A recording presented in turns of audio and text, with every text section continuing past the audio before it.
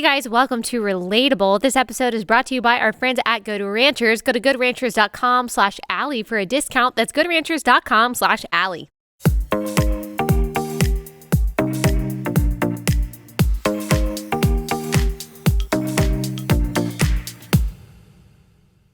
Okay, today we are finally talking about the two pieces of legislation that you guys have asked me to cover for a while now. That is a Maryland bill and that is a Colorado bill. Both pertain to abortion. These are Democrat bills that are pushing for abortion and in some cases, yes, even infanticide. That is absolutely accurate.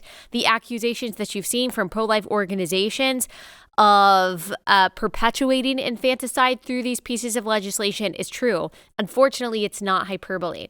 If you've listened to this podcast for any amount of time, you know how passionate I am about this subject, how much it just absolutely grieves me, and how I think that if anyone with just a modicum of humanity inside of them, with just a bit of softness in their heart, really thought about, really knew what abortion entails, what it actually is, that we are actually discussing the murder, the intentional killing of innocent, defenseless babies, that you would never be able to vote again for a politician that does not stand for actively getting rid of abortion. There would be no justification that you could find in your mind or heart to vote for someone who advocates for abortion or who calls it the right to choose, who calls it reproductive justice, who says, well, the state just shouldn't be involved in these kinds of choices between a doctor and a woman.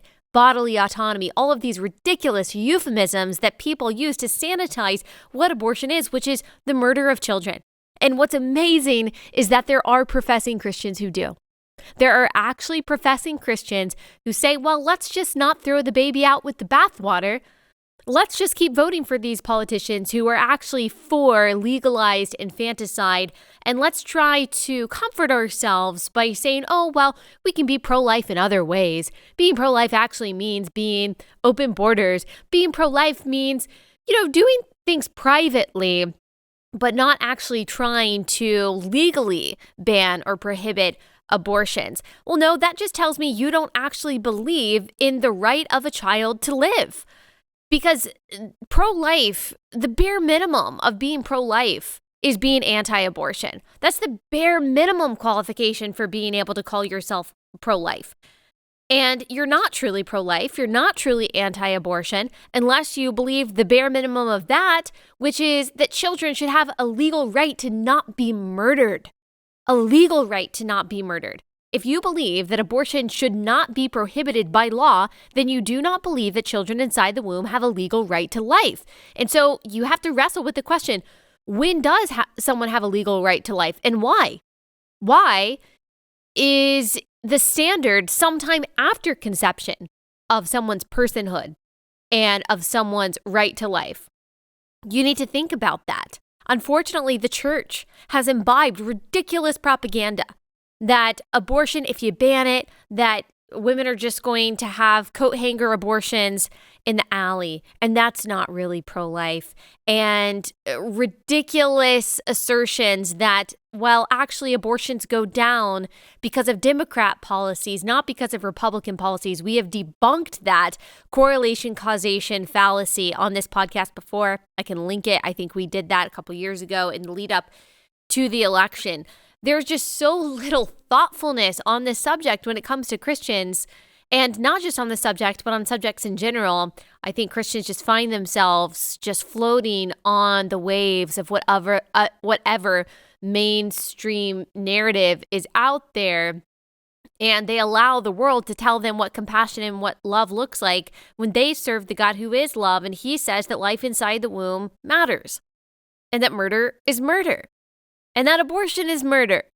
If we know anything about God, it's that he hates abortion. If we know anything at all about what love is, what compassion is, what justice is, what defending the vulnerable is, then it is that abortion is wrong and that the Bible prohibits abortion, not just in what it says not to do, thou shalt not murder, but also in what it says is, what it says is good.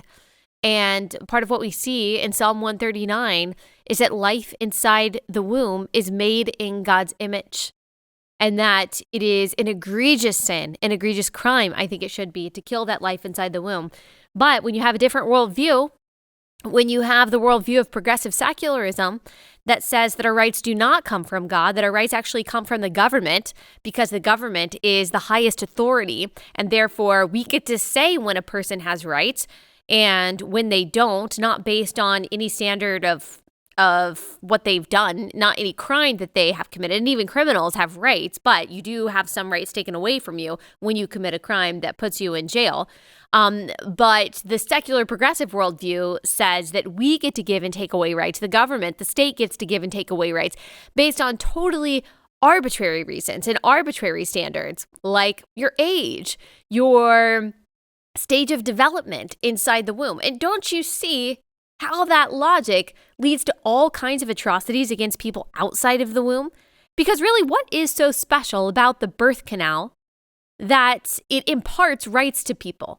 Why would a baby not have a right a few moments before exiting the birth canal, but does have rights a few minutes after? And actually, these pieces of legislation, especially the one in Maryland, proves the logical conclusion to abortion logic, that some people don't have rights. Some innocent people don't have rights based on what? Based on, I don't know, location, size, stage of development, ability to defend itself.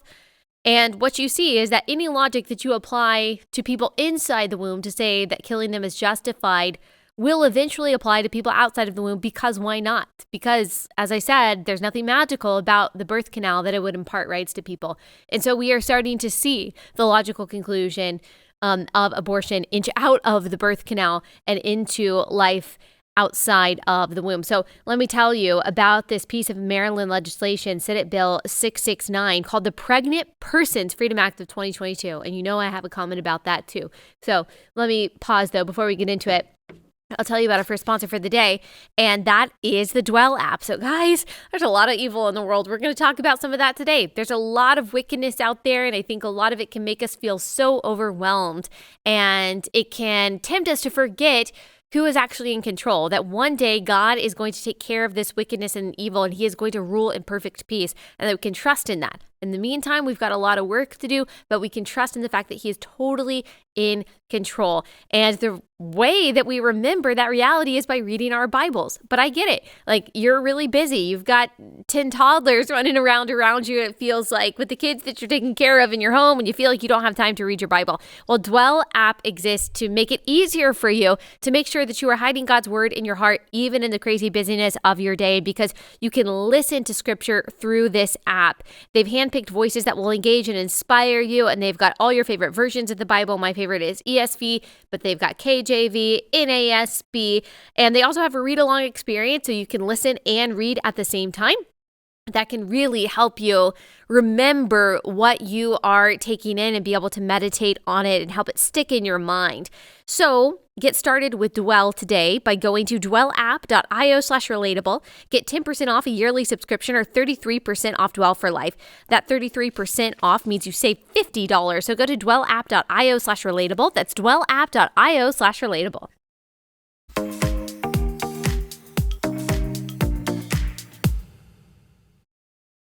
Okay, let me tell you about the Senate Bill 669. Yes, the Pregnant Persons Freedom Act of 2022. Now, I actually appreciate the honesty here, because we see in federal legislation when it comes to abortion that it's women's rights, it's protecting women's health care, which is so contradictory to the Democratic dogma of today, which not only women can give birth, some men can give birth. Of course, what they mean by that is some women who identify as men can give birth. In fact, men cannot give birth.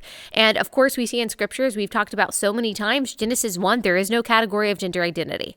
There is no category of, well, there is a feeling or a thought that you have about who you are gender-wise that actually trumps your biology. We see two categories. They're biological categories, male, female. That's it. And for those of you who say, well, there's intersex people, yes, it's a very small percentage.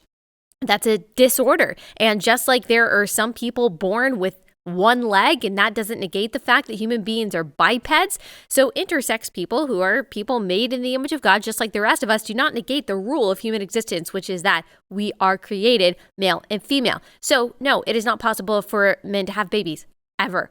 Okay? It's just not possible. It's never going to be possible. They don't have a uterus. They don't have eggs. It is only possible for women to give birth. So the fact that this Maryland bill is titled the Pregnant Persons Freedom Act, it shouldn't surprise us what follows from that, because they're already denying the creation order. So that means they're denying that people are made in the image of God. If you're denying that people are made in the image of God, as Genesis 1:27 says, a part of being made in the image of God is being made male and female, then of course you are also going to deny the value of life inside the womb. That's how it works. That's the logic. And Christians who are kidding themselves into thinking that they can believe that people are made in the image of God and also before legalized abortion, I'm sorry to say that I am here to wreck that contradictory thought process that you have in your head. So let's read a little bit of this bill, or read a little bit about this bill. So it's summarized as this: for the purpose of altering certain provisions of law relating to the termination of a pregnancy, also euphemistic language. You'll see that pro-abortion people can never actually say what an abortion is, because when you are in the immoral position, when you have the wicked position, you actually have to use euphemisms in order to make your side palatable.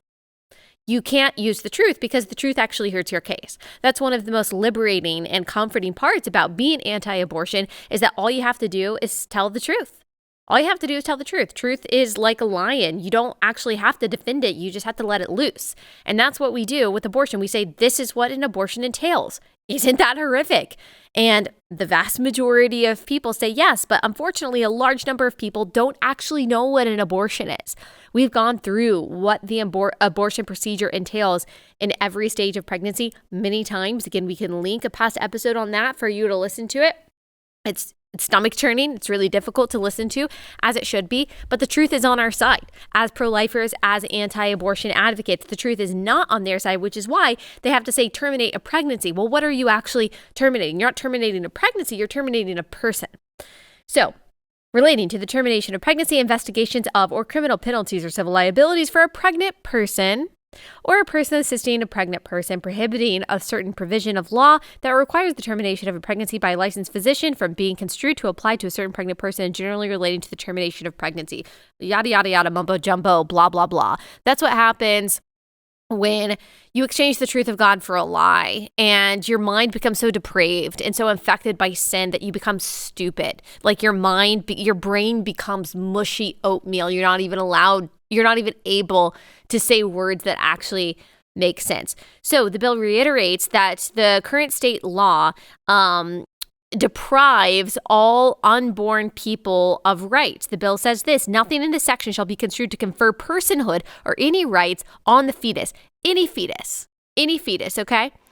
Pro-life advocates warn that under this bill, a baby who survived an abortion could just be left to die without care, but then the measure reportedly goes one step further into the perinatal territory. So this is why you are hearing people that, okay, this is not just allowing legal abortion up until birth. Any of you women who have been pregnant, like, you know what pregnancy is like you who have had premature babies at 22, 23 weeks. I mean, that's a baby that you give birth to.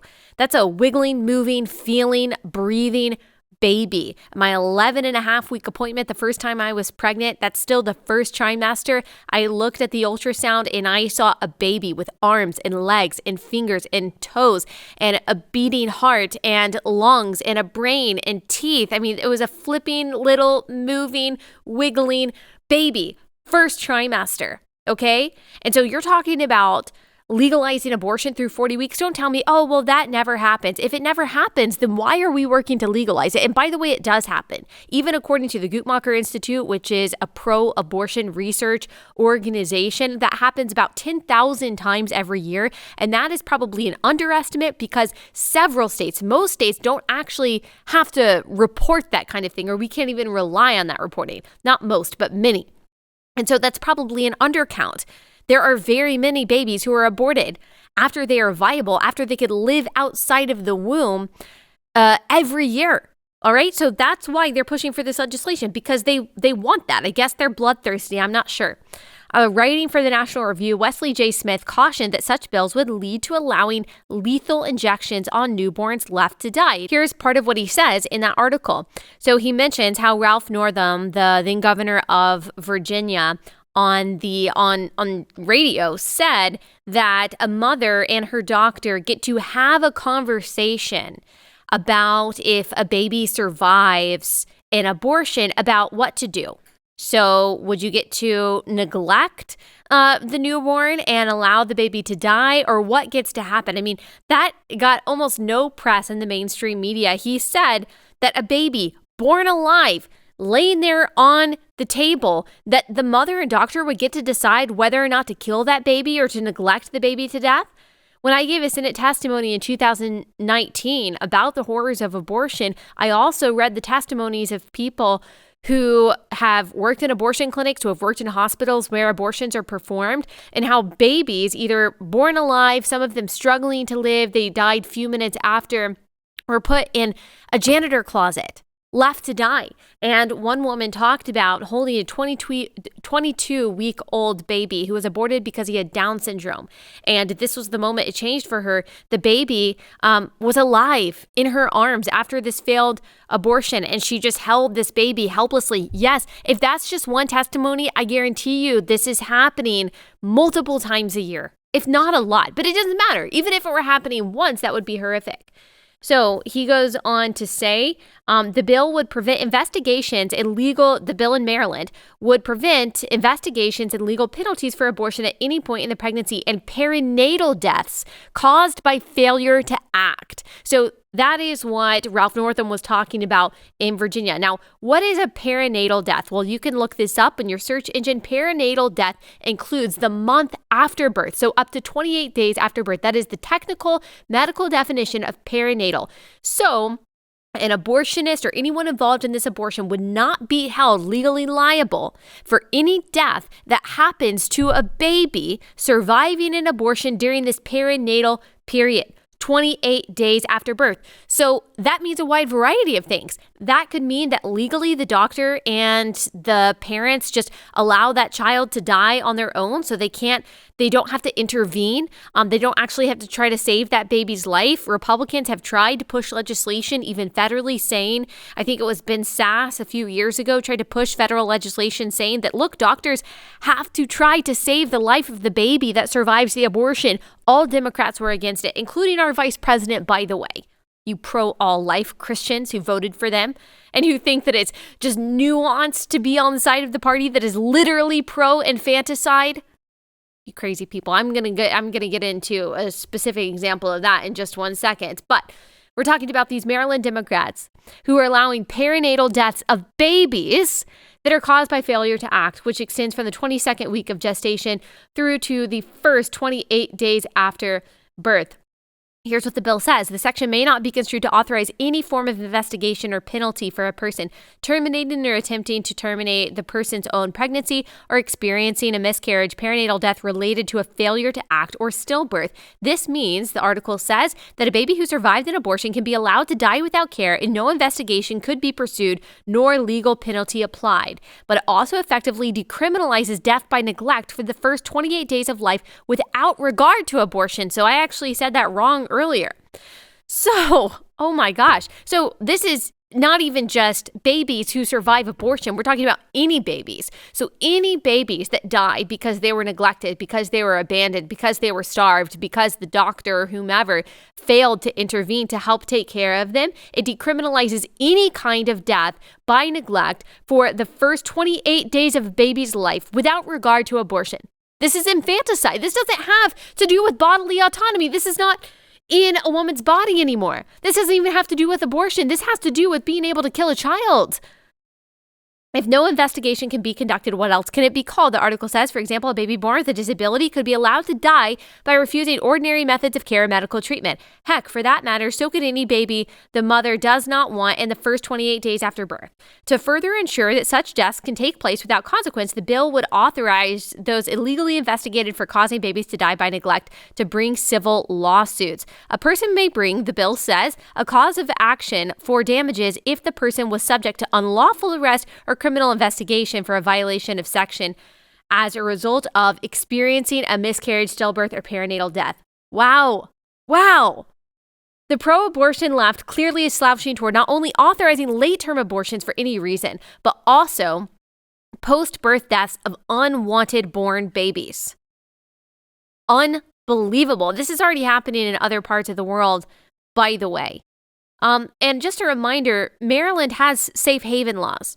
So you can bring your unwanted child to your unwanted baby, infant, to a safe haven box. You put them in there. There's someone that's on the other side of the window that you put the baby through. They take the baby. They ensure that the baby gets a good home.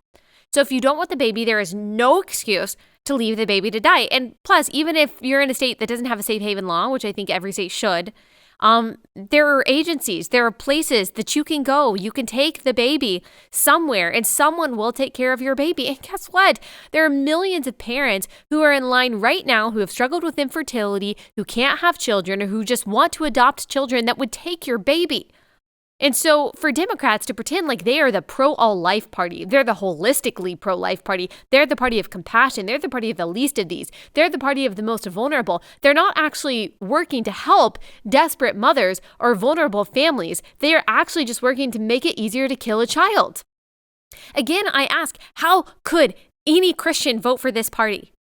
I'm not trying to lionize or certainly not deify, I should say, any political party. I'm not saying that Republicans are perfect by any means. I rail against the failures of Republicans often.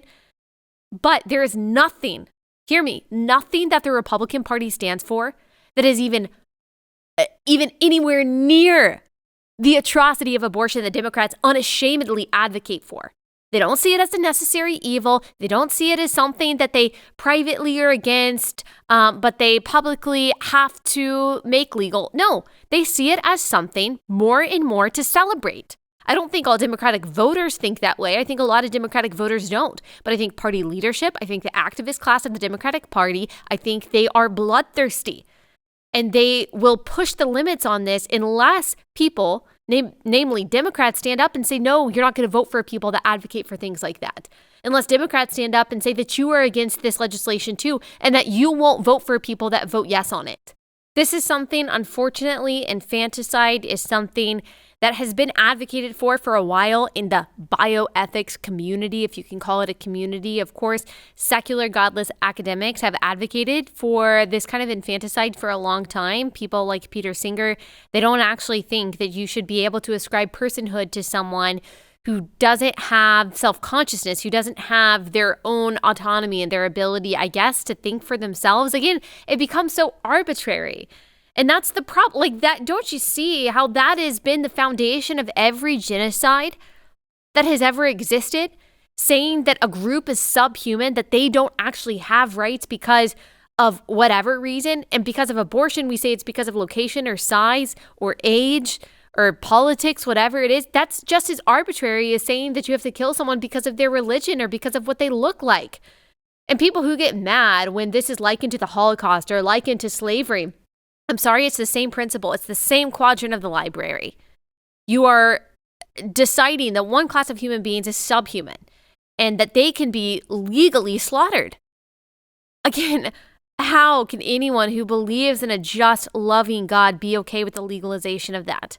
It's truly insane, and it's disheartening. How can we, by the way, be okay with a Supreme Court justice nominee who can't say that she knows when life begins? And unfortunately, there are some Christians who seem to be okay with that. We'll get into that in just 1 second. Let me tell you about our second sponsor for the day, and that is Patriot Mobile. So I'm proud to partner with Patriot Mobile. They are America's only Christian conservative cell phone provider. And I want you to be proud to partner with them as well because they offer broad nationwide coverage. In fact, they use the same towers as the major carriers, so you get the same great nationwide coverage, plus the peace of mind knowing that your money is supporting the right to free speech, because they're not going to turn around and give your money to organizations and policies that you don't agree with. And that is what makes them so awesome. They are supporting organizations that are fighting for religious freedom, constitutional rights, sanctity of life, and our veteran and first responder heroes.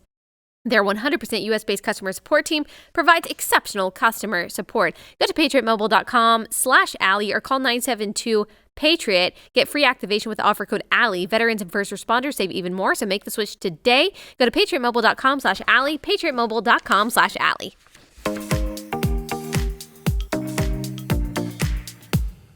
Okay, before we get into Ketanji Brown Jackson and her just egregious failure to answer when a life begins, let me tell you also about this Colorado bill. It is HB 22 through 1279, and it's called the Reproductive Health Equity Act. And so once again, we've got an act that is named by euphemisms because that's what abortion lovers have to do. Reproductive health is a euphemism for slaughtering a child. Equity is a euphemism for, how do I even explain it? We've explained it many times. Basically, finagling the rules so that every race has equal outcomes, even if that means treating people differently, to try to get people to end up in the same place. I mean, it's a form of communism.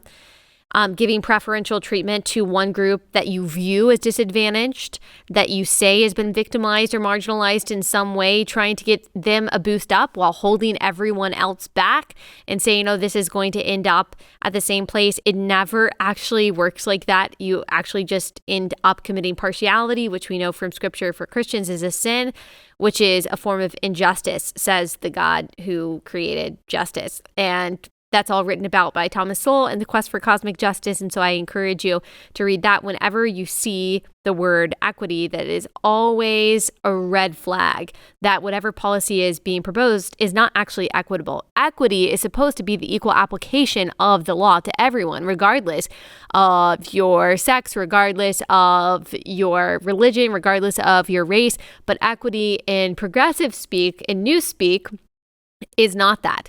It is actually trying to change the rules of the game so everyone ends up in the same place. There was a policy that I just saw, which state was it coming from, that the school board decided that they were going to handle school discipline on students based on race and background. And so that means that white students might get punished more harshly than black or brown students. Why? Again, for the sake of equity, because I'm sure they looked at the numbers and they said, oh, well, black students seem to be getting in trouble, getting disciplined more on average than white students. And so that must be because of racism, although it's probably not because of racism. And so they're now going to treat this class of people with kid gloves, whereas they will continue to treat the white students more harshly. That's injustice. You're trying to create equal outcomes and you're trying to meet arbitrary quotas to say that you're being equitable, but actually you are by real definitions being unequitable. So again, whenever I see Reproductive Health Equity Act, I already know it's going to be absolute hogwash. Here is what the bill is. So it declares that every individual has a fundamental right to use or refuse contraception. I'm glad that you have a right to refuse contraception. Every pregnant individual, there we go. There's the Orwellian newspeak again. Every pregnant individual has a fundamental right to continue the pregnancy and give birth to or have an abortion. And a fertilized egg, embryo, or fetus does not have independent or derivative rights under the laws of the state. So once again, they're saying that this is not a real person. Again, tell me what it is. Tell me what it is if it's not a real person. A potential person, says who? That's a very philosophical and superstitious position. That's not a scientific position, because we know scientifically that this is a human being. And if a human being is not a human being, if a human being is not a person when it becomes a human being, which is at conception, then when does it become a person? And when does it have rights and why? No one wants to answer that. The bill prohibits state and local public entities from depriving through prosecution, punishment, or other means an individual of the individual's right to act or refrain from acting during the individual's own pregnancy based on whatever reason. So basically, there can be no reason to stop a woman from getting an abortion. We'll include the links to the actual text of these bills in the description so you can read them for yourself. And so the bill codifies, this is according to the Denver Channel, it will codify full access to reproductive health care. in Colorado into statute. It applies to anyone who may become pregnant, calls people's access to contraception a fundamental right, and says state and local public entities are prohibited from interfering with a person's right to continue a pregnancy, give birth, or have an abortion. The Catholic News Agency, which is obviously coming from the pro-life perspective, says that the bill explicitly denies any rights to unborn children. It says a fertilized egg, embryo, or fetus does not have independent rights. The bill is designed to outlaw government interference in, quote, reproductive health care. So it grants the right to abortion, which there is no right to abortion, not in the Constitution, not anywhere, for the full 40 weeks of pregnancy for any reason. The Colorado Catholic Conference has warned Colorado is already a regional hub for abortion, and the bill would solidify that. So there are already very few restrictions on abortion in Colorado, and this just pushes that to its limit. There's no gestational limit currently written into Colorado law, making Colorado one of just a few states where abortion is available until birth. In 2019, the last year the data from the CDC was available, more than 170 babies were aborted after 21 weeks gestation in Colorado. So that's a lot. I guarantee, again, that is an undercount. After 21 weeks, that's viable, guys. I'm not saying that life is worth more than the baby that's aborted at 6 weeks, because they're both made in the image of God. But when you think about just how grotesque, how abhorrent that is, a moving, kicking, feeling, squirming baby, and we know the process that is required in killing that child, a needle of the same poisonous chemical combination that is used in lethal injections of criminals on death row was inserted into the woman's abdomen, into the uterus. If the doctor can get straight into the heart of the baby, if the baby is not moving around too much, then directly into the baby's heart, it stops the baby's heart, it causes a cardiac arrest, a heart attack, and then the baby dies that way, and then the baby is removed using forceps through the birth canal. So that is what an abortion entails in the second trimester. The baby is actually reported to flinch from the needle, the pain of the needle, to move away from the needle. There is an instinctive drive to survive in all of us, including babies inside the womb. And this is happening hundreds of times in Colorado every year. And so the Democrats in that state are trying to solidify this and ensure that there is no prohibition whatsoever in a woman getting an abortion through 40 weeks of pregnancy. There was also no waiting period for an abortion in Colorado, no residency requirement. Although the state requires minors seeking abortions to inform one parent in writing 48 hours prior, parents cannot legally stop their child from getting the abortion. Wow. Demonic. Since abortion is not currently restricted in Colorado, abortion discrimination based on categories such as sex, race, or disability can take place. So why is this bill such a concern if Colorado already allows abortion up to birth? It would ink into law one of the most permissive abortion laws in the entire country, further lending legitimacy and legal protection to the state's late-term abortionists. It would also solidify Colorado as a regional abortion hub. Because pro-choice Colorado lawmakers believe that federal abortion procedures could be threatened in the near future because of the possibility of overturning Roe v. Wade this summer. And so that's why they're acting in this way. That's why they're doing this. That's why they're trying to ensure that women are able to abort their babies through all 9 months of pregnancy. It's really, really evil. And Biden Supreme Court Justice Ketanji Brown Jackson, she was asked multiple times in her Senate hearings last week when she believes that life begins. So let me play you one of those exchanges between Senator Kennedy and Judge Jackson. When does life begin, in your opinion? Senator, I don't know. Ma'am? I don't know. Do you have a belief? I have personal, religious, and otherwise beliefs that have nothing to do with the law in terms of when life begins. Do you have a personal belief, though, about when life begins? I have a religious view. Religious belief? That I set aside when I am ruling on cases. Okay. When does equal protection of the laws attach to a human being? Well, Senator, I believe that the Supreme Court Actually, I actually don't know the answer to that question. I'm sorry. All right. So she wasn't able to answer that question. She doesn't know when life begins. She already told us when Senator Blackburn asked her, "Can you define what a woman is?" And she said, "No, I'm not a biologist," as if you need to be a biologist to understand what has been easily observable for all of human history. But she's already told us, she's not a biologist. And so I guess that means that she also can't tell us when life begins, which of course is troubling. Both of these things are very easy to answer because they're objective realities rooted in science. Now, you could say that, of course, these are political traps of questions. And they are political traps. That's just what the other side does. So they know that Republican politicians, just like Democrat politicians in these kinds of hearings, they know that they're just trying to kind of get her to say controversial things, or really just to see where she stands. I'm not saying that it's not a legitimate line of questioning, because it absolutely, totally is, including Josh Hawley's line of questioning about why she has issued such light sentences on child predators. It's totally legitimate, but they also know that this is just kind of a way to get people to see what she really stands for. So she doesn't know when life begins. She doesn't know what a woman is. She doesn't know why she has consistently issued these light sentences for child predators and people who consume and distribute child sex abuse material when Josh Hawley asked her that. And of course, Lindsey Graham asked her the same question.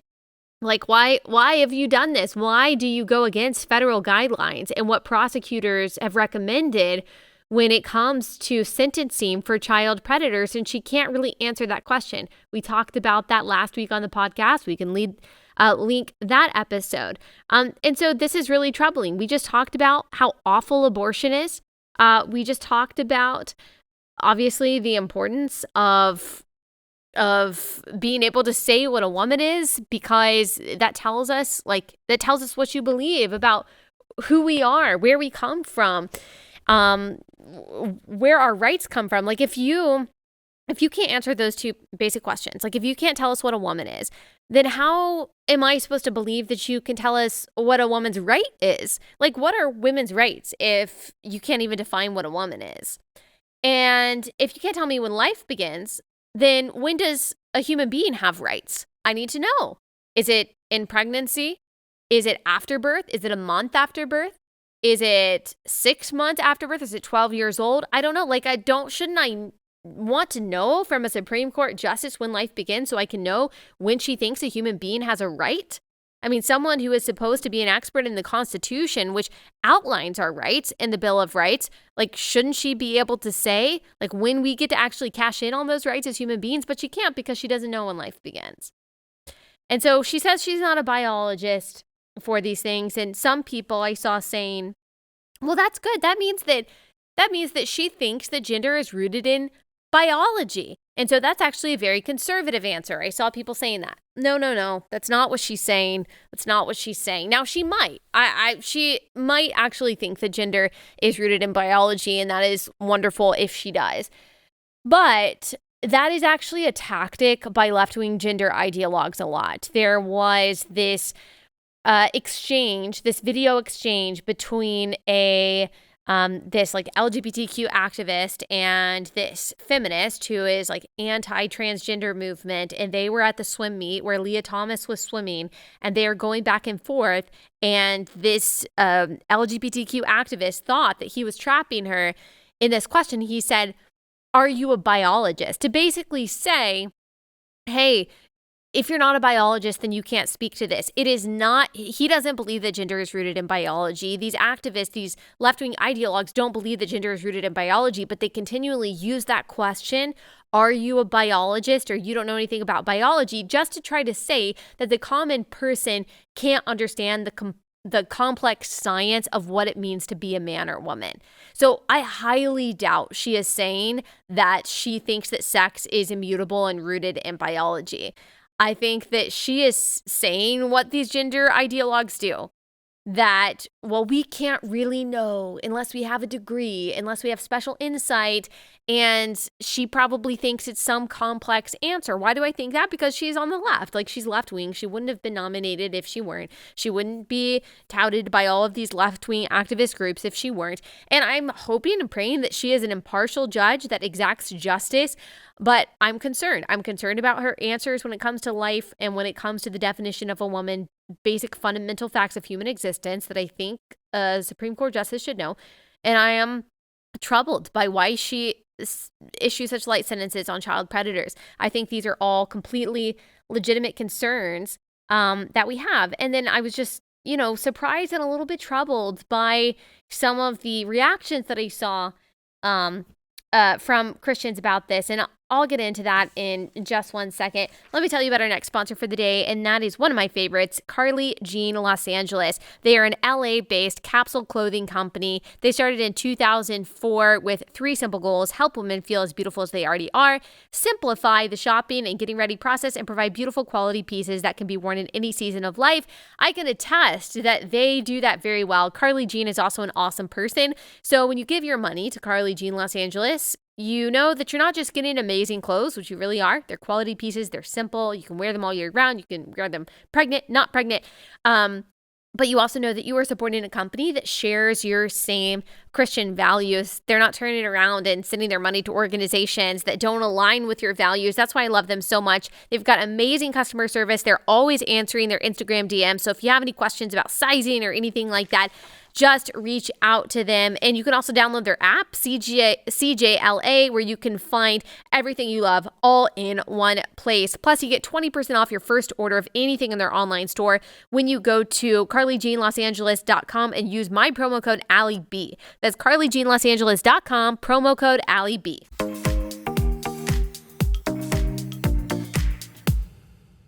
All right, so I want to address a question that a lot of you have asked me, or questions that a lot of you have asked me about Jackie Hill Perry's tweets and Instagram posts about Ketanji Brown Jackson. There were a couple tweets that I saw. Now, these are just screenshots that you have sent me because, unfortunately, even though I have never had any kind of negative interaction with Jackie Hill Perry, and I like a lot of the things that she says, she blocked me on all social media. I'm guessing just because she doesn't like what I have to say, but I've never had any kind of exchange with her. One time I tweeted under one of her tweets asking her to come on the show. Now, I do disagree with her when it comes to social and racial justice issues. Absolutely, 100%. I really disagree with her on politics, but I don't think I've ever even outlined those disagreements on this show, and I don't want to take away from a lot of the good stuff that I think that she says. I think that she's wrong on some things. I'm sure that she thinks that I'm wrong on some things. I think that she is really wrong when it comes to those subjects that I just listed. But like I said, I've never had any kind of disrespectful or negative interaction with her. And one day, I don't know, I think I saw that someone said that she tweeted something. And so I went to go look, and she blocked me on all social media. Interesting. Make of that what you will.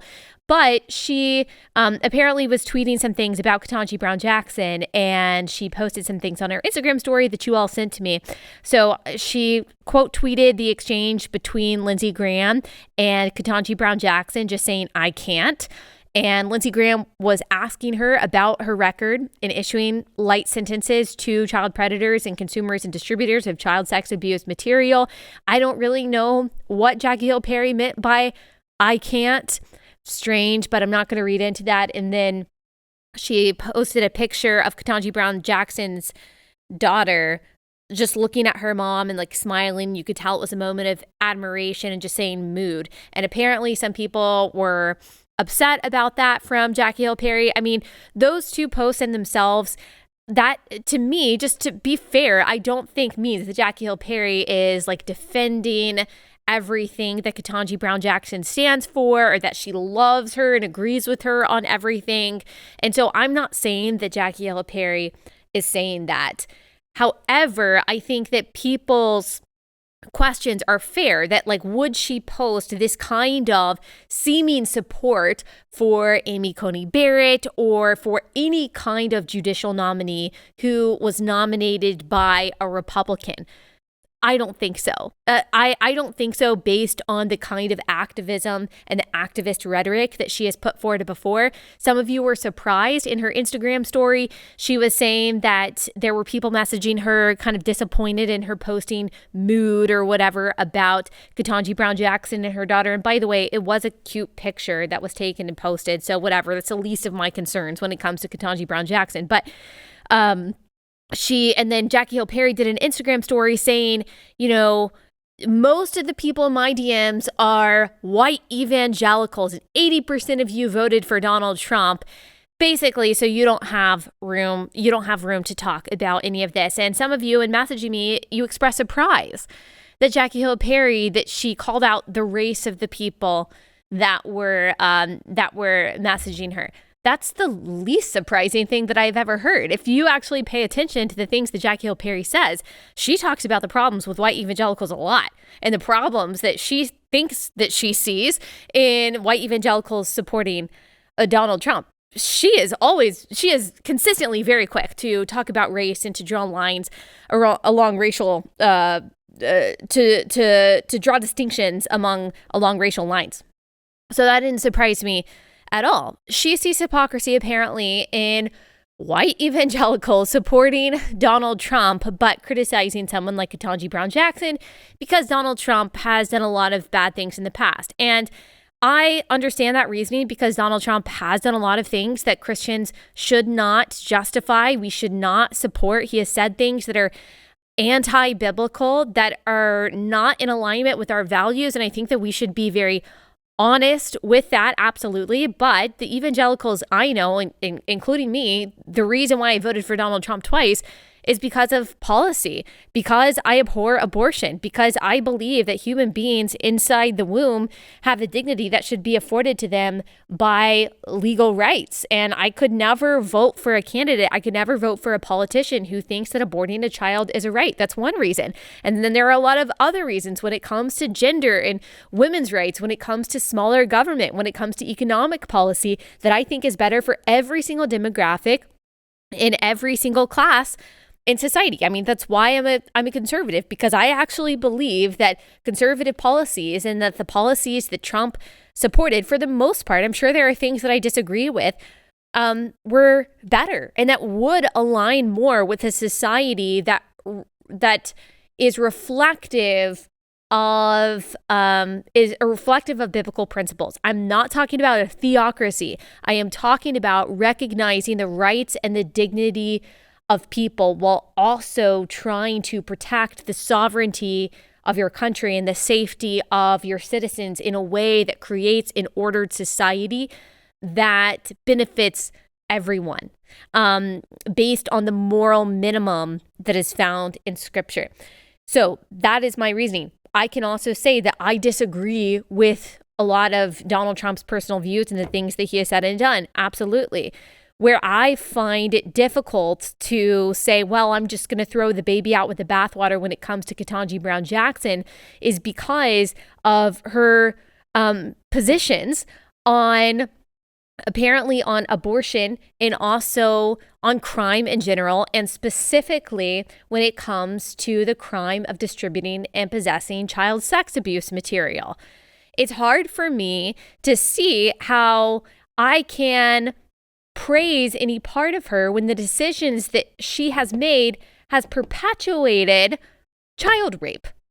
It has, because when you are issuing the lightest sentences possible for this kind of egregious crime, what you are doing is incentivizing committing that crime, because the consequences just aren't hefty enough to disincentivize someone from committing that crime, either committing that crime again or someone else committing that crime for the first time. And of course, her refusal to accept or to define what a woman is, all of that goes back to the denial of Genesis 1. All of this really goes back to the denial of Genesis 1. You're denying that people are made in God's image. You're denying that being made in God's image means that you are being made male and female. Again, I'm not looking for a theocratic nominee, but I am looking for someone who recognizes the value of human beings and can define what a human being is. And I have a hard time believing that if someone rejects that people are made in God's image and therefore have inherent value, that they will be able to recognize a human right. If you can't even define when human life begins, how can you recognize and define what a human right is? The denial of reality is always going to lead to the denial of rights. That's what we're going to see in Ketanji Brown Jackson. And so I have a hard time, not when I'm looking at her personally. Maybe she's a really nice lady. I'm sure that she is. I'm sure that she has a lot of good thoughts too. But I think the difference here is that it seems like a lot of Christians who vote Democrat, they're mostly looking at personality and personal views, where it seems like the Christians who vote Republican are mostly just looking at policy. And I can't find it within my heart or mind to support someone who apparently advocates for the kinds of policies and decisions that are so deleterious and so destructive for the most vulnerable in our society. So that's why I disagree with Jackie Hill Perry's reasoning. And plus, I think that she is extremely derisive and derogatory and condescending when she talks about white evangelicals. But again, not a surprise to me. That's something that she has been doing for several years.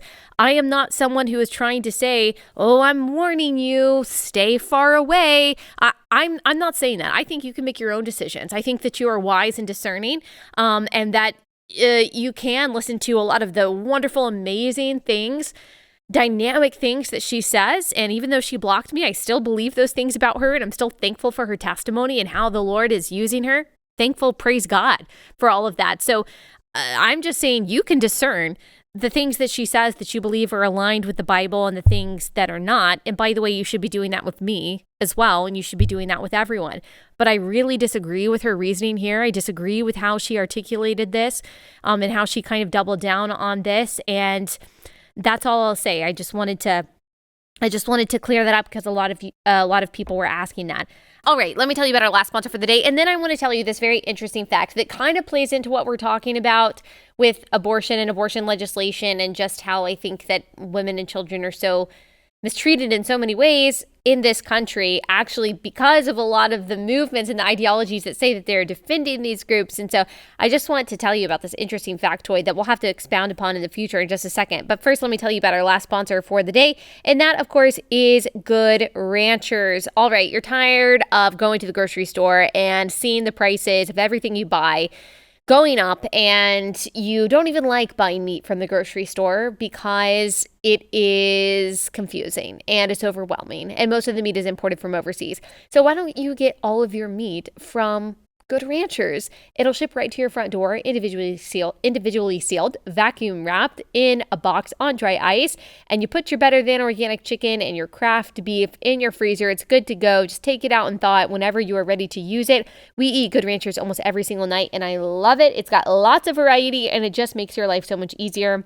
Ribeyes, T-bones, New York strips, and more. They've got pre-marinated and non-pre-marinated chicken. So many awesome options, ethically raised, sustainably sourced. They do things right away and the right way, and it shows in every box.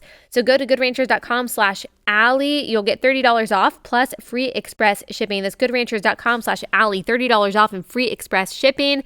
That is American meat delivered right to your front door. If you don't buy the meat in your house, tell the person who does to check out Good Ranchers.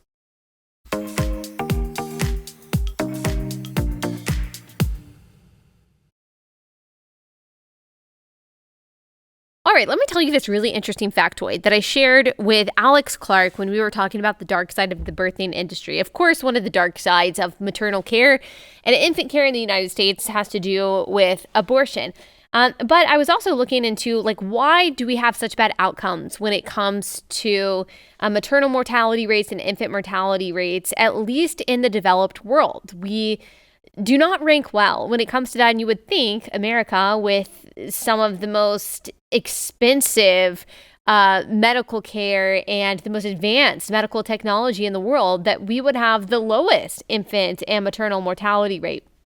And yet we don't. And then you also hear a statistic very often that Black women are about 3 times more likely to die during birth, during labor and delivery and after birth than white women. And that Hispanic and Asian women also, the rate is lower for those groups than it is for Black women. And what we are continually told is that that is because of racism, that systemic racism in the healthcare system. And I'm not denying that racism could exist in these situations. I have heard enough anecdotes to know that it's certainly possible and that happens. I believe people's stories when they say that they experience some form of racial discrimination in these scenarios. That's true.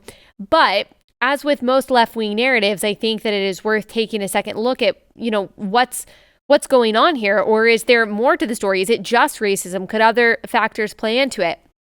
And of course, according to the CDC, there are a few things that they say play into any maternal death, and that is high blood pressure, and that is heart problems, and that is more likely among African American women, which is probably one of the reasons why they are more likely to die. And then also they have disproportionate poverty rates. And so that plays into it. I think poverty is a driver of a lot of the problems and the disparities that we see in this country, much more than race today. But then one thing I found when I wasn't even really looking for this, but I read in an article in Deseret News that actually the number one cause of maternal mortality, and this is not in the CDC figures, but this is in addition to the CDC figures, the number one cause of maternal mortality in the United States, it has nothing to do with medical malpractice or neglect or anything that happens inside a hospital. It's actually homicide. And the vast majority of homicides are committed by the domestic partners of these pregnant women. And then if you dig a little bit further, you see that the number one victim in this group of pregnant women or postpartum women, so a year after they give birth, is Black women. So Black women, a higher number of women in general, of pregnant women and postpartum women in general, are dying by homicide than are dying by any other cause of death for pregnant and postpartum women. But that is in particular true of Black women. It is the most likely reason for a Black woman to die in pregnancy or postpartum is homicide, far more than their white, their Hispanic, or their Asian counterparts. And it's usually their domestic partner. So here's my question. Why aren't we talking about that? Well, I think we know the answer. Because the people who like to only peddle one part of the story, one statistic that they think can back up their claim, really it's about goals for them. They want to take over, progressives always want to take over a particular institution and remake it into their own image. And if they can misuse or use a statistic and just conclude that the reason for that statistic is because of racism or because of discrimination, then they can use that as the justification to try to change the healthcare system in general to make it more, quote, equitable. And we've already talked about the problems with that. But if they really cared about women, and in particular Black women, if they really cared about the maternal mortality rate among Black women, then we would be talking about the number one killer of Black pregnant women, which is homicide. We'd be talking about that a lot more, wouldn't we? But we're not, because just like with Black Lives Matter, who only talk about one kind of death, the goal is not actually to save lives. The goal is not actually justice. The goal is revolution. The goal is to take over. The goal is progressivism, communism, institutional capture. It's not actually to help the victims and the most vulnerable. Again, if we were, we would be talking about the homicides, which is one of the most likely killers of Black males, and we would be talking about the homicide, which is the most likely killer of pregnant and postpartum Black women. Wow, that's a tough pill to swallow when you are told that every disparity that exists is only because of systemic racism. Every injustice that is endured by non-white people in the United States is because of white people. Well, I mean, there's a million different stories that we could list that disprove that, but especially when it comes to caring for women, which I care about, I don't want these women to be dying in this way. Shouldn't we be talking about that? Like, why is that? Shouldn't we be digging a little bit further into that if we actually care about women and their babies? But I think we've already noted today how the Democratic Party, and I'm sure the Republican Party in a lot of ways too, but the Democratic Party, the people who say that they are on the front lines for women, that they care about the most vulnerable, that they are actually the ones who are quickest to sacrifice children on the altar of their progressive policies and ignore the true threats to women if it doesn't advance their agenda. That's wicked. That's wicked. We'll have to talk more about all of that on another episode and expound upon it, but I just wanted to share that with you because I thought it was interesting. All right, that's all we've got time for today, and I will see you back here tomorrow.